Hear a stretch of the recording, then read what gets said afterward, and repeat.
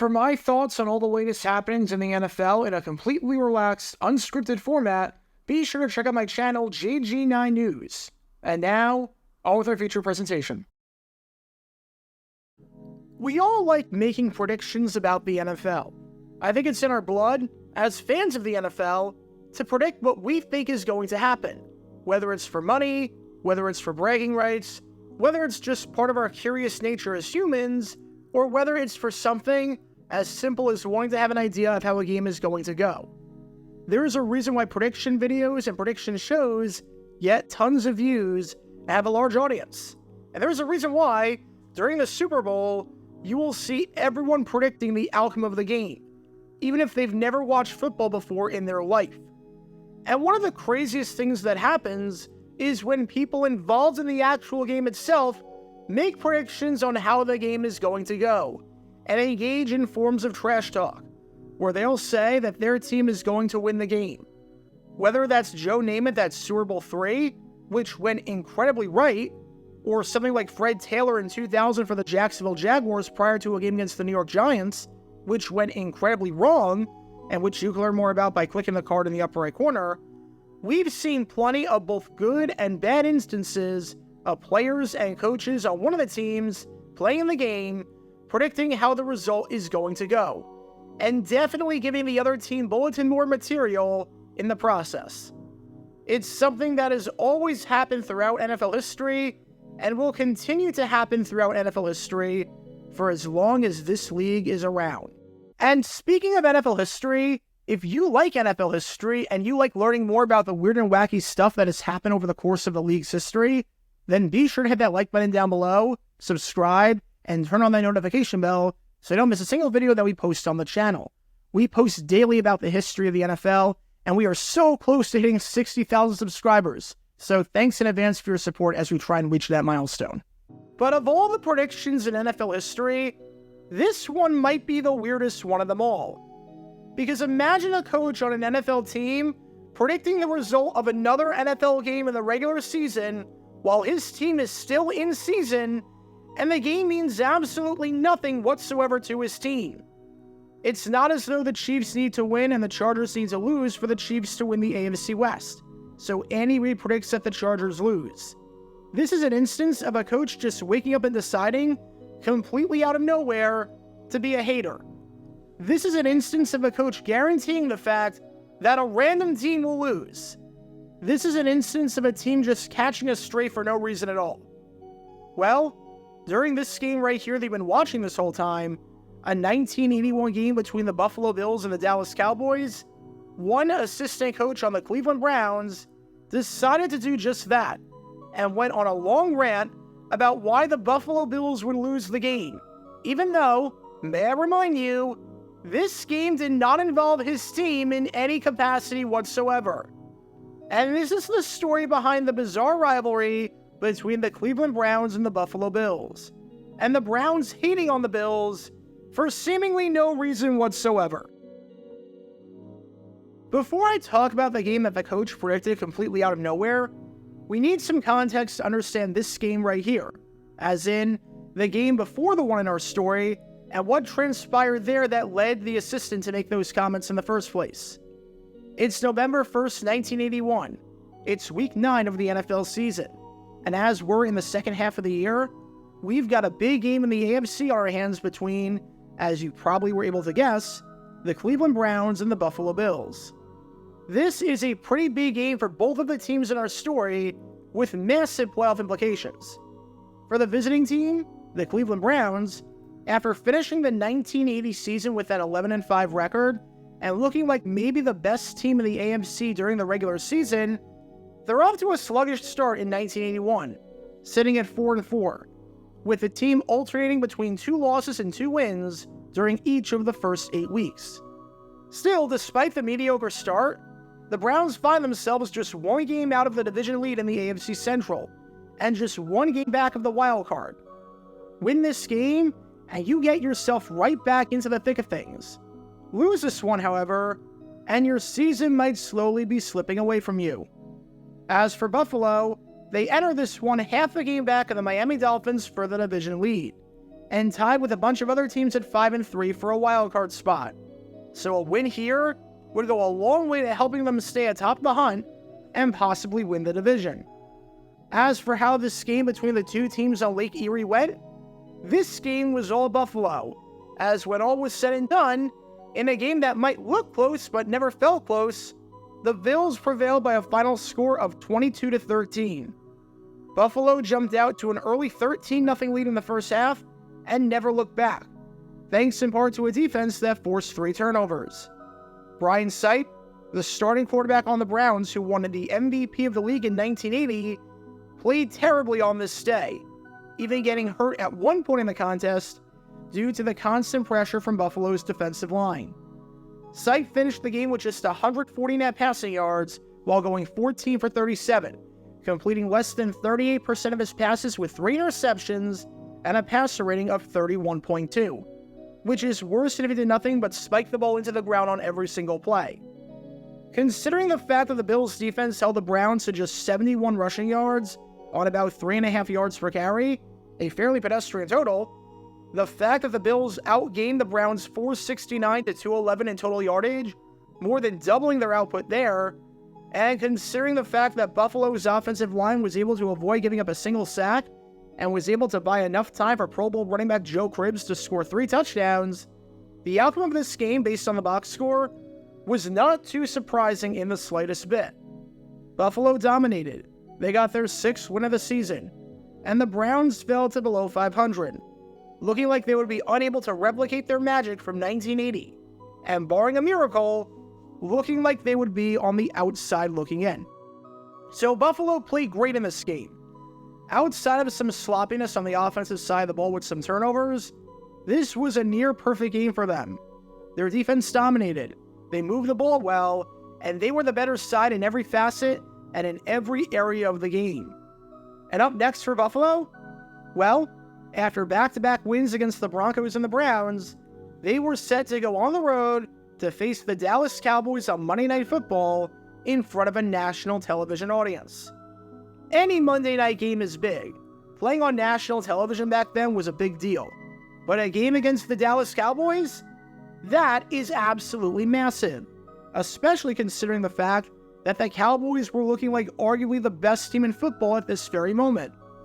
Through the first 9 weeks of the season, the Cowboys were 7-2, tied with the Philadelphia Eagles atop the NFC East, and they had scored 214 points, or just a hair under 24 points per game, which was the second best total in the conference, only behind the Atlanta Falcons. Dallas was entering this game on a 3-game winning streak, looking like one of the hottest teams in football, and was entering this game having not lost at home in the 1980s. Seriously, the last time the Cowboys lost at home was during the divisional round of the 1979 season on December 30th, when they lost to the Los Angeles Rams, about 600 calendar days ago. Since that loss, the Cowboys had won 13 straight games at Texas Stadium. Safe to say, the Bills, after this game right here against the Browns, were going to have a challenge against the Cowboys, and would have to play their best football to do it. Vegas had the Bills as 3.5-point underdogs, and many people had the Cowboys winning. And one man who also had the Cowboys winning? None other than one of the assistant coaches on the Cleveland Browns himself, the running backs coach, Jim Garrett. Yeah, that's right. A coach on the Browns was outright saying that the Bills would have no shot at winning their game against the Cowboys. After the Bills beat the Browns during the game that you've been watching this whole time, the Bills would have no chance to go on the road and dethrone the mighty Dallas Cowboys at their place. Garrett had been with the Browns since 1978 as their running backs coach, as he was on Sam Rutigliano's staff from day one. So he knew what a coach should say and what a coach should not say. And yeah, this was definitely not something that a coach should say. This is not like a coach predicting the outcome of the Super Bowl. This is a coach, while his team is in season, flat out saying that one team will have no chance at being another team in a game that means, quite literally, nothing to his team in question. Because days after the Browns lost this game right here, so not even in the immediate aftermath when tensions were high, Garrett decided, completely unprompted, to let the world know that the Bills will have no chance at winning. The only reason the Bills won against the Browns is because they wanted to win the game. They won't want that against the Cowboys. Said Garrett, the Bills reached a fever pitch in emotion to beat us. In this league, if a team wants to get up and put all of its eggs in one basket for any one game, it can be done, which is what the Bills did to us. They really came after us, but it's difficult, practically impossible, for any team to play at that kind of a fever pitch 2 weeks in a row. They'll have an emotional letdown. There is no question about it. And the emotion naturally dictates the physical aspects of their play. In other words, the Bills played well against us, but they can't do that again. No chance. Not 2 weeks in a row. As Garrett continued, maybe head coach Chuck Knox figured it this way. They had Denver, us, and Dallas on consecutive weekends. And since they had just beaten Denver, maybe he felt, let's beat the Browns to make sure we get 2 out of 3 and not worry about the third game. In other words, we're going to go all in on beating the Browns so that even if we lay an egg against the Cowboys, it doesn't matter, because that game is complete house money. The Bills exerted all of their energy during this game right here against our Browns to the point where they had no chance at beating Dallas. However, there's quite a few problems with that quote by Garrett. Scratch that, there are many problems. First off, you really think a coach thinks that way? You really think that Chuck Knox, of all people, views football that way? You really think that Knox went into the Browns game thinking, all right, we're going to devote all our energy here so that we don't have to worry about that Monday night game and we can lose that one? You really think that's how a head coach thinks? Especially when you yourself are a coach? That's a mindset that doesn't seem to make a whole lot of sense. You make it seem as though Knox won't even be trying to win the game. Secondly, you're basically admitting that the only reason you guys lost your game against Buffalo, this game right here, is because the Bills tried too hard. I can't say I've ever heard that one before. I've heard a lot of excuses for losing a game. Heck, I even heard Jerry Glanville bashing the team hotel, as in the hotel that he picked, for being the reason that his Falcons lost to the Cardinals, because the hotel was too spread out, which you can learn more about by clicking the card in the upper right corner. Trust me, I've heard just about everything. But this is a first. The Bills wouldn't have beaten us if they didn't try to beat us. Great logic there, Jim. On top of that, I get the whole emotional letdown element of it, but usually that applies when you win a game in dramatic fashion that you had no chance at winning, and you're riding high on cloud 9, and you have to come back the next week and do it all over again. I'm thinking about things like the Minnesota Vikings after the Minneapolis Miracle having to play the Philadelphia Eagles, or the Kansas City Chiefs in 2006 having no chance whatsoever to make the playoffs. Then somehow, everything bounces their way, and they're having to play the Indianapolis Colts 6 days later after thinking that they would be in Cancun by now. The emotional letdown element? That doesn't apply when you win a game handily and win it 22-13 in a game where one team is just better than the other. That doesn't apply in a game like this where, even though it was important, it's not like it was against a bitter rival or anything like that. This was just a random regular season game won by 2 possessions. It's like suggesting this past season that the 49ers would lose to the Cardinals in Week 4 because they played so well against the Giants in Week 3 and would not be able to replicate that. That's not how this works. If anything, wouldn't the emotional letdown apply to the Dallas Cowboys? They fit all the criteria. They played the Philadelphia Eagles in Week 9, their bitter rival that kept them from going all the way to the Super Bowl last year. They trailed 14-3 after 3 quarters, and they came back late to win the game 17-14 in dramatic fashion against all odds. An emotional letdown seems way more applicable for the Cowboys than it does for this team right here after this game they've been watching this whole time. So even from that perspective, your logic doesn't work. And most importantly, in terms of the problems with this quote by Jim Garrett, why the heck is Garrett even saying this? Worry about your own freaking team. Why are you so concerned with the Bills having an emotional letdown against the Cowboys when that game doesn't even impact you in the slightest bit? You only have so much space in your brain to think about things at a given time, and you're choosing to spend some of that space on the Bills having an emotional letdown for some bizarre reason? And like I said before, this comment wasn't made when he was asked by a reporter about it, or right after the game when tensions might have been high. This was made late in the week, as the Browns were getting ready for their game against the Denver Broncos, and everyone had moved on. You never see a coach in season talk about previewing games that aren't his own teams that don't impact him in the slightest bit. I can't imagine Mike Tomlin coming out in a press conference and saying, well, I don't think the Arizona Cardinals have any chance at beating the Seattle Seahawks. I can't imagine Kyle Shanahan saying, I don't see any scenario where the Cleveland Browns beat the Baltimore Ravens. It just doesn't make sense. Making comments completely unprompted in the regular season about another team's chances of beating another team when said game means nothing to your team at all, using some of the most bizarre logic you'll ever hear in your life, just doesn't seem like something that a coach should be doing. Now, what's funny about all this is that during this game right here, the Cowboys actually defeated the Bills. Garrett's prediction, as bizarre as it was, ended up being 100% right, as the Dallas Cowboys did wind up defeating the Buffalo Bills by a final score of 27-14. As even though the Bills led at 14-7 at the half, the Cowboys came out swinging in the third quarter, retaking the lead almost immediately out of the halftime break and scoring 20 points, while holding Buffalo to nothing in the second half. Buffalo didn't play well in this one outside of the first few minutes of the contest. They couldn't run the ball, picking up just 55 rushing yards on barely over 3 yards per carry. They couldn't stop the run, as the Cowboys had 196 rushing yards. They couldn't hold on to the football, turning it over 5 times, and they played sloppily, committing 10 penalties. So yes, the Cowboys won the game, and yes, Garrett's prediction in a roundabout way happened to be right. But did he really need to make those comments? Probably not. Actually, scratch that. Definitely not.